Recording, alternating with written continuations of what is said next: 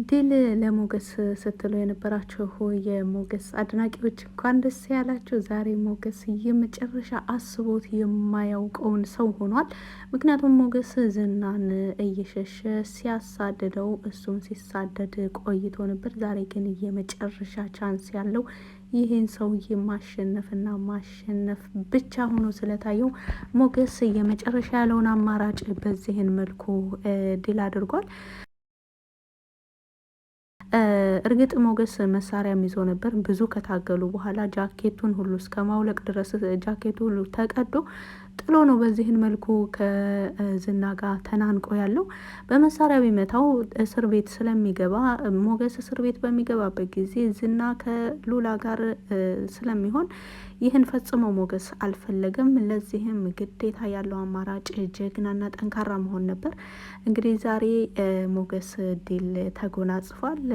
ባሳለፍነው ፓርት ላይ እንዳያችሁት ዝና በብሩክ ተደብድቦ አንገቱን ደፍቶ በወንድ ልጅ አምላክ ብሎ ለምኖ ከብሩክ እጅ ወጥቶ ነበር። ዛሬም በልመና ሊሆን ነው እንግዲህ ከሞገስ እጅ የሚወጣው። ካሁን በኋላ ዝና ፈጽሞ እነሱን ማሳደድ ትቶ ለራሱ መሳደድ የሚጀምርበት ጊዜ የመጣ ይመስላል። ሰላም ሰላም፣ ውድና የተከበራችሁ የዜድ ሀበሻ ቤተሰቦች ለቻናሉ አዲስ ከሆናችሁ ሰብስክራይብ በማድረግ እንደዚሁም ቪዲዮውን በላይክ መጀመር አትርሱ። ምሳሌ ድራማ ቀጣይ ፓርት ይዤላችሁ ነው የመጣሁት። እስከ መጨረሻው ድረስ አብራችሁ ለመቆየት ሞክሩ። ዝና ዛሬ ለመጀመሪያ ሳይሆን ለሁለተኛ ጊዜ በጠላቶቹ ሲሸነፍ እንግዲህ ሞገስ የመጨረሻ ያለው አማራጭ ይህ ብቻ ስለሆነ የመጨረሻ ያለውን አማራጩን ተጠቅሟል። ዝና በብሩክ ከተደበደበ በኋላ ሙሉ ትኩረቱን ብሩክን ሳይሆን ሞገስን ብቻ አድርጎ ነበረ ያየ ነው። እንደምታዩት ብሩክ ከውጭ ከመጣ ወደዚህ አንድ ጊዜ ተገናኝተው ይገባዋል ያለውን ምት ነው የመታው። ከዛ በኋላ ግን ብሩክን መከታተል ፈጽሞ አቁሟል ዝና። ምክንያቱም ብሩክን መከታተሉ ለሱ የሚያዋርደው እንጂ ምንም አይነት መፍትሄ የሚሰጠው ነገር እንዳልሆነ ስላወቀ ሙሉ ለሙሉ ትኩረቱን ሞገስ ላይ አድርጎ በተለይ ደግሞ ሞገስ ሲሮጥለት እንደዚሁም ደግሞ ሲሸሸው ይበልጥ የልብ ልብ ስለተሰማው እየተከታተለው ለመያዝ ፈልጎ ነበር። ሞገስ ግን እየሮጠ የነበረው ለሉላ ሲል እንጂ ለራሱ ብቻ ፈርቶ አልነበረም። በዛ ላይ ደግሞ ሞገስ የያዘው መሳሪያ የብሩክ ነው። ሞገስ ምንም በሞገስ እጅ ቢሆንም ይሄ የሞገስ እጅ ላይ ያለው መሳሪያ ብሩክንም እሱንም ነው ችግር ውስጥ የሚያስገባው። ስለዚህ ይህን አማራጭ በጭራሽ መጠቀም የለብኝም። እኔ ልቡን መትቼ ይህን ሰው ህይወቱን ባሳልፍ ነገ እስር ቤት እስከ መጨረሻ እድሜ እዛው ነው የሚበሰብሰው። እሱ ደግሞ የሚፈልገው ይህንን ነው። ሉላን በዛን ወቅት ሊወስድብኝ እንደፈለገ እያሰቃያት አብረው እንድትኖርም ሊያስገድዳት ይችላል የሚለው ሀሳብ በቅጽበት ነበር የመጣለት። ለዳጣ ደውሎ ዝና እየተከታተለኝ ነው፣ ምናልባት ስልኬ ካልሰራ እንደዚሁም ደግሞ በስልኬ ልታገኙ ካልቻላችሁ ዝና እየተከታተለኝ እንደሆነ እንድታውቁ ብዬ ነው ብሎ እንደደወለላቸውም ነበረ ካሳለፍነው ፓርት ላይ ያበቃው። ከዛም ዝናና ማህሌት እያዩ ነበረ በቅርብ ርቀት ሞገስ ስልክ እያናገረ መሆኑን እንደዚሁም ደግሞ በቅርብ ርቀት መኖሩን። ከዛም በኋላ እኔም ወደ ቤት ልገባ ነው ካልያዘኝ በማለት ስልኩን ዘግቶ ወደ ሉላ ለመሄድ ሲሞክር አሁንም ከኋላው እየተከተሉት እንደሆነ ነበረ ያየው። ከዛም በኋላ እነሱ እየተከተሉት እንደሆነ ካወቀ በኋላ ወደ ቤት መሄዱን ትቶ ቀጥታ ይመቻል ወዳለው ቦታ ነበረ የሄደው። ምክንያቱም ወደ ሉላ ከሄደ በኋላ ምናልባትም ሉላን ለማዳን ላይችል ይችላል። አሁን ግን ብቻውን እየተጋፈጠ ብቻውን የመጣበትን ማንኛውንም ነገር ለመቋቋም ወስኖ ነበረ ከቤት የራቀው። ወደ ቤት መሄዱን ትቶ ወደ ሌላ አቅጣጫ በመሄድ እንግዲህ ያለው አማራጭ ብሎ የተጠቀመውን ይሄን ዝናን ማሸነፍን ተጠቅሞታል። ከአሁን በፊት ብሩክ ዝና እንደበደበው ብላ ዳጣ በነገረችው ጊዜ ሞገስ በወቅቱ ነቅተሻል፣ በህልምሽ ነው ወይስ ብሎ ነበር የጠየቃት። እውነት አልመሰለውም ነበር። ካሁን በፊት ብሩክ ለምሳሌ ለልጁ ሲል ምሳሌ እንድትታከም ሲል እንደዚሁም ደግሞ ከምሳሌ ቅርብ ለመኖር ምክንያቱም በዝና ተደብድቧል ካሁን በፊት ብሩክ እንደሚታወቀው። ነገር ግን የመልስ ምት እንኳን አልመለሰም ብሩክ። ምክንያቱም ቢማታ ቢደባደብ ነገ የሚገኘው እስር ቤት እንደሆነ ያውቃል። እያንዳንዱ ቀን ሲቆጥር ደግሞ የምሳሌ ሕክምና ቀን እየተራዘመና እንደዚሁም የመጨረሻ ቻንሳቸው ላይ እየደረሱ ስለሆነ በግድ ታግሼ አሁን ሙሉ ለሙሉ ትኩረቴን ምሳሌ ላይ ማድረግ አለብኝ በማለት በማሰብ የፈለገውን ጥፊም እርግጫም ቦክስም ቀምሶ ዝም ብሎት ነበር የሄደው። ዝና ይሄኑ ጠብቆ ነበረ ከአሁን በፊትም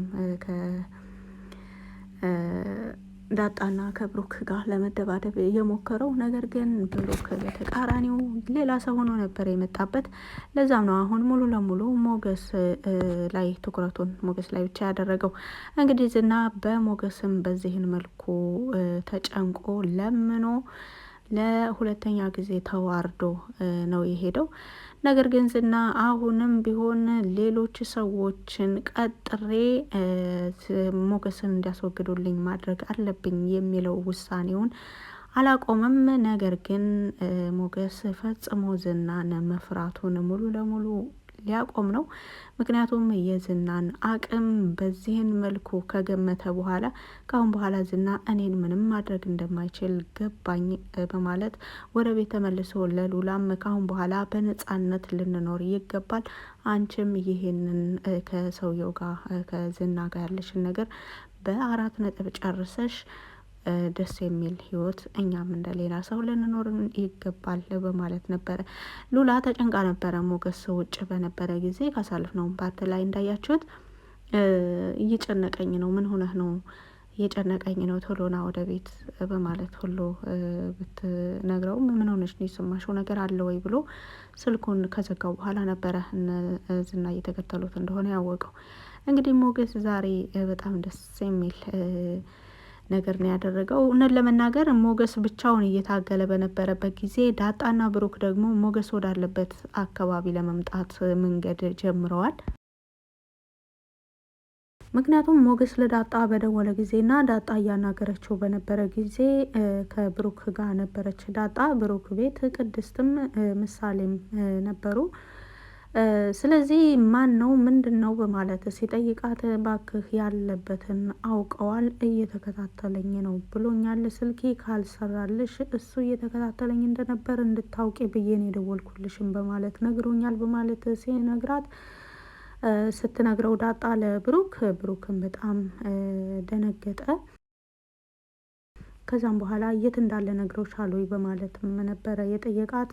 የት እንዳለ ግን አልነገረኝም፣ ብቻ ከአካባቢ ትንሽ ራቅ እንዳለ ለእኔም ነግሮኛል በማለት ብሩክም ምክንያቱም ተደዋውለው ነበረ። ብሩክ ደግሞ ሞገስን ይቅርታ ሊጠይቅና እባክህን አንተ ያደረክልኝ ውለታ ሁሉ ከአቅሜ በላይ ሆኖ ነገር ግን እኔ ደግሞ ባጸፋው በደል ነው ላንተ የሰራሁት በማለት ቢጠይቀውም አሁን ከአካባቢ ራቅ ያለ ቦታ ነው ያለሁት፣ ነገር ግን ምንም ቢሆን ጓደኛዬ ነህና ችግር የለውም አንተ ራስህን ጠብቅ በማለት ነግሮን ነበር።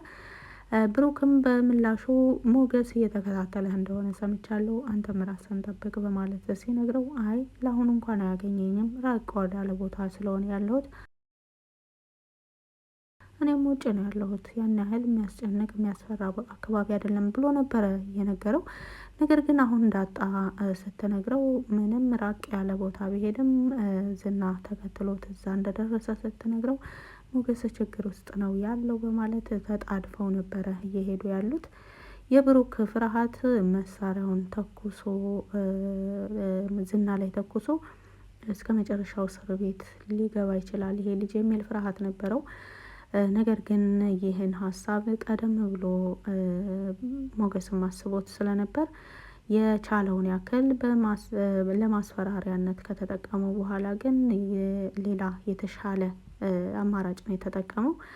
ዝናም ሞገስን በዚህ ልክ ኃይለኛና በዚህ ልክ ጀግና አድርጎ አልጠበቀውም ነበርና በአሁኑ ላይ ግን ሁለቱም ብሩክም ሞገስም ዝና ባሰባቸው ልክ ስላልመጡለት ዝና ስጋት ገብቶታል። ከዚህ ህይወት ሞት ይሻላል፣ አሁንም ከህይወት አይቆጠርም። አልቆጠርም እየኖርኩ ያለሁት ህይወት በማለት ነበረ ከራሱ ጋር ሲያወራ የነበረው።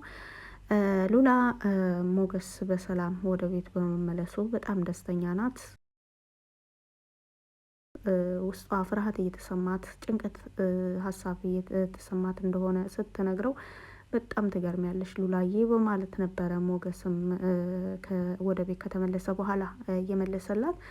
ምክንያቱም ምን ሆነሃል በማለት ስትጠይቀው እኔ እየፈራው ነው ብለሽ ነግረሽኝ ልክ ስልኩን ስዘጋ እየተከታተለኝ እንደሆነ ከኋላ አየሁት በማለት ይነግራታል። እኔ እኮ ፍርሃት ውስጤን ተሰምቶኝ ነበረ፣ ለዛ ነው ቶሎ ነው ያልኩህ፣ በጣም ፈርቼ ነበር በማለት ትነግረዋለች። ሉላዬ አንቺ ትክክል ነሽ፣ ይቅርታ በማለት ያው ካሁን በኋላ በሷ ፍቃድ እንደዚሁም ደግሞ ሁለታቸውም አስበውበት ማንኛውንም ውሳኔ አስበውበት እንደሚወስኑ ነው እዚህ ላይ ያየ ነው። ሉላ ሞገስ በሰላም ወደ ቤት በመመለሱ ደስተኛ ብትሆንም ዝና አካባቢውን ማወቁ እንደዚሁም ደግሞ እየተንቀሳቀሱ ያሉበትን አቅጣጫ ሙሉ ለሙሉ እያወቀ መምጣቱ ይበልጥ አስፈርቷታል። እኔ እኮ በፊትም ብዬ ነበር ከከተማ መውጣት አለብን እንጂ ከሰፈር ብንወጣም ያገኘናል ብላ በዚህ መልኩ መልሳለታለች። እንግዲህ የዛሬው ቆይታ እዚህ ላይ ያበቃል። በቪዲዮ ላይ ማንኛውንም አስተያየት በኮመንት ስር መጻፍ ትችላላችሁ። ስላዳመጣችሁ ከልብ አመሰግናለሁ። መልካም ጊዜ